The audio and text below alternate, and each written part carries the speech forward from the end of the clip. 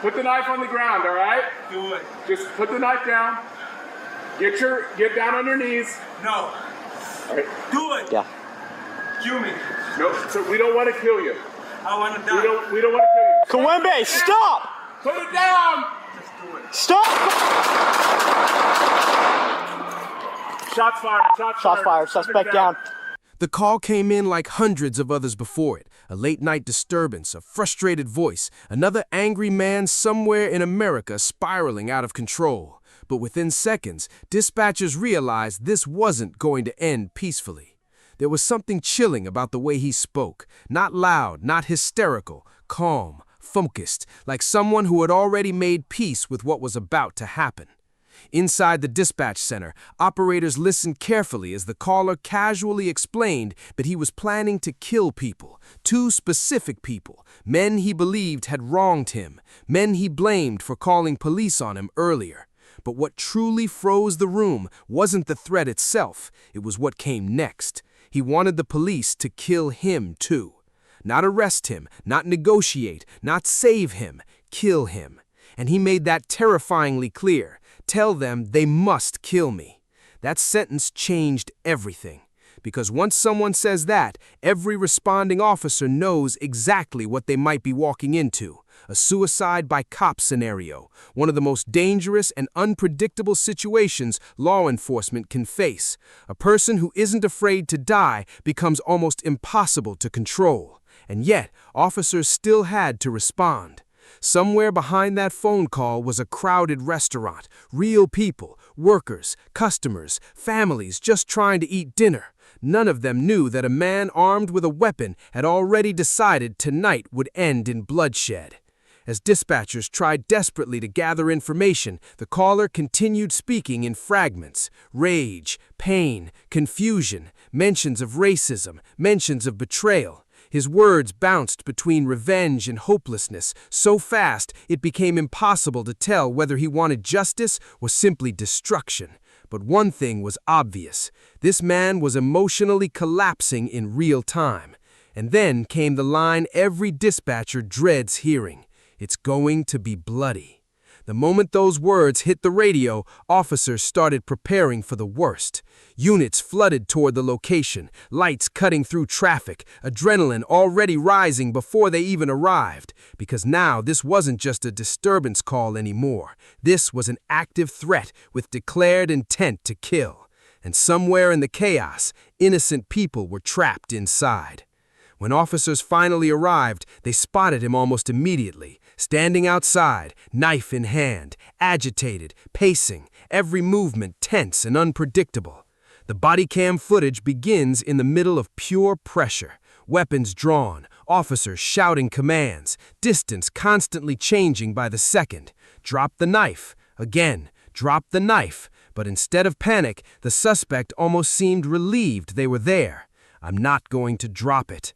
The words came out cold, certain, like a man already committed to the outcome. You can hear the frustration building in the officers' voices almost instantly.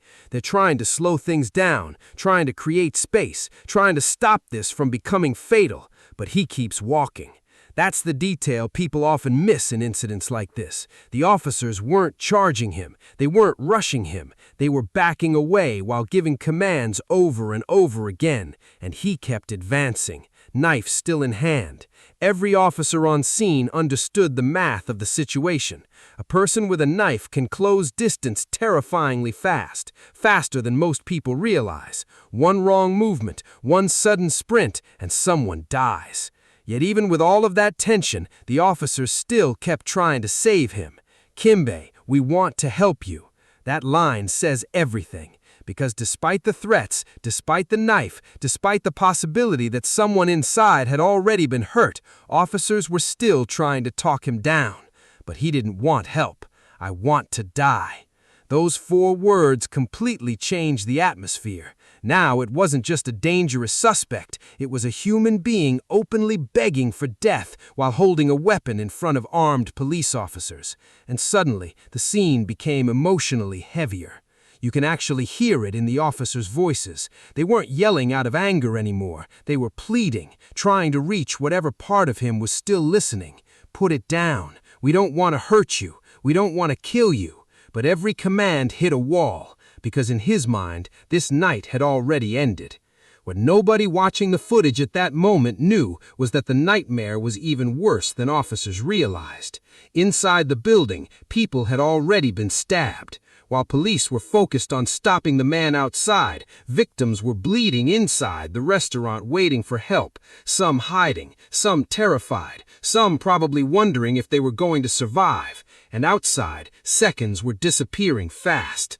The suspect continued moving, officers repositioning constantly, guns trained on the knife, tasers ready, less lethal options prepared, everyone trying to avoid the one outcome nobody wanted. But then came the critical moment. The distance closed too much. Commands turned sharper. Stop! And then gunfire exploded across the parking lot. Everything changed instantly. The suspect collapsed to the ground as officers shouted over one another trying to regain control of the scene, adrenaline flooding through every word. Shots fired, suspect down. But even after the shooting, it still wasn't over.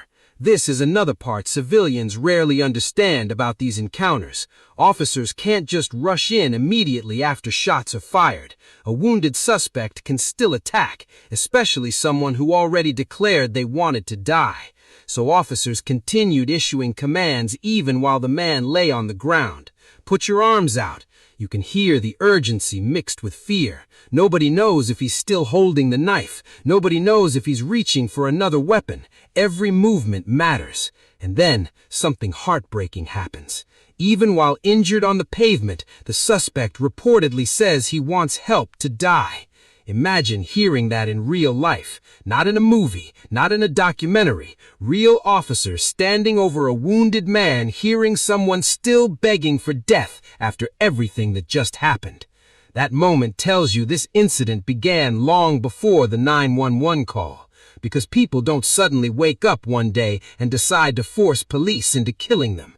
Usually there's a storm underneath: mental illness, isolation, rage, trauma, despair, sometimes all of it at once. And unfortunately, when those emotions finally explode publicly, police often become the final people standing in the middle of the collapse. Then comes another devastating discovery. Is there somebody in here stabbed? Suddenly, officers rush inside. The Bodycam footage turns frantic again. Chairs, tables, panic, victims needing medical attention immediately. We got several subjects stabbed inside. Just like that, the situation transforms from a suicidal confrontation into a full mass casualty scene. Medical teams race in.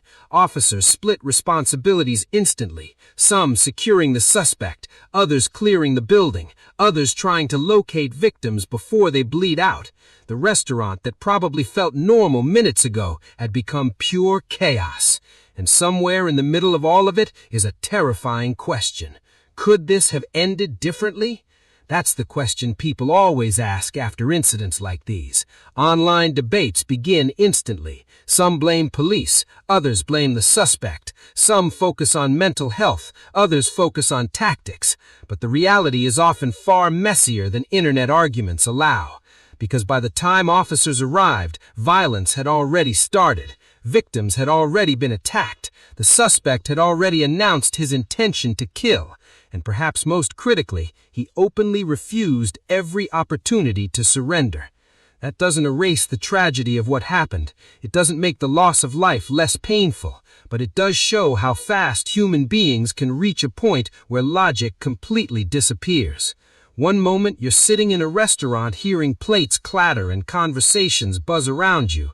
The next moment, police are screaming commands at a man with a knife outside while ambulances race toward the scene.